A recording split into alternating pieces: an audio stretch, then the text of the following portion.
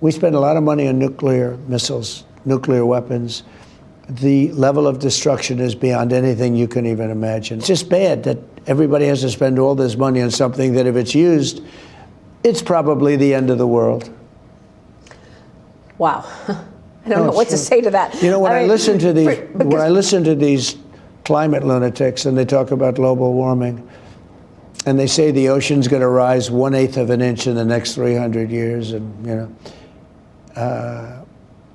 and nobody ever talks about nuclear weapons or some of the other things, but the nuclear weapons in particular right now. Well, that was crazy. Just another sobering reminder that this is the person we're relying on to something small, not end the world. He's the one we're hoping doesn't end it. Enough of our country thought the other person running for the job had too weird of a laugh or whatever.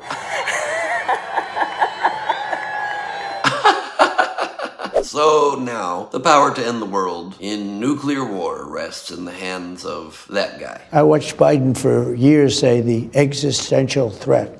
He loved the term existential threat.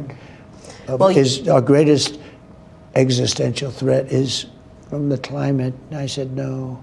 Well, the greatest is sitting in shelves in various countries called nuclear weapons that are big monsters that can blow your heads off for miles and miles and miles. And they never mention that. You said you wanted to do the Golden Dome. You've got a lot of ideas for America.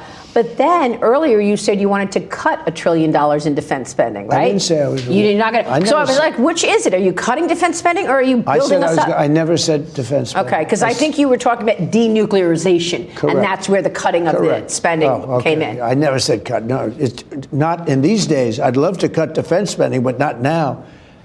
Because you have China, you have Russia, you have a lot of problems out there. No. In fact, what I have said is we spend a lot of money on nuclear missiles, nuclear weapons. The level of destruction is beyond anything you can even imagine. It's just bad that everybody has to spend all this money on something that if it's used, it's probably the end of the world. But the tragic, yet darkly hilarious, I suppose, aspect of this entire interview between Fox Business's Maria Bartiromo and Donald Trump is, of all things, the context.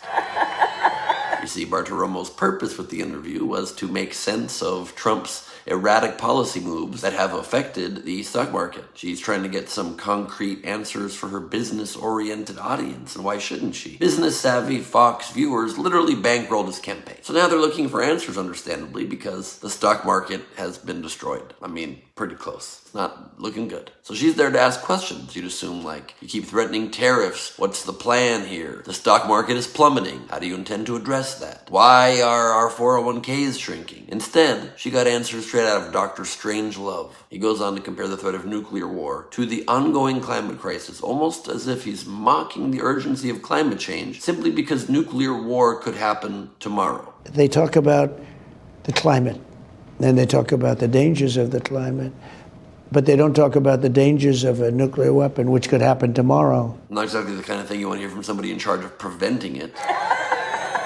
And also, what has one to do with the other? We're not going to do anything about climate change because nuclear war could happen. You're in charge of nuclear war not happening and in charge of stopping climate change.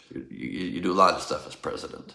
His rationale is literally like a zookeeper at the lion exhibit being like, you know, this lion cage isn't actually all that secure. You see that half-ton bloodthirsty lion inside? Who knows? Someday it could easily just walk right through the cage door and totally ruin your little field trip. Yeah, but you're holding the keys to the lion cage. Tell that to the stingray lunatics over at the aquarium. Stingrays only killed that one guy. This lion's hungry now. The comparison just doesn't make any sense. And I just can't get over Bartiromo's reaction to the lunacy. She's been one of his most loyal supporters, pushing his big lie, even being briefly considered for a cabinet position. But even she, total Donald Trump toady, can't hide her disbelief as this interview totally unravels and derails. But this is what she voted for, so congratulations. I'm sure you're very happy. This is what her viewers also voted for, so well done, y'all. Welcome to the show, Maria. This is what it's like now.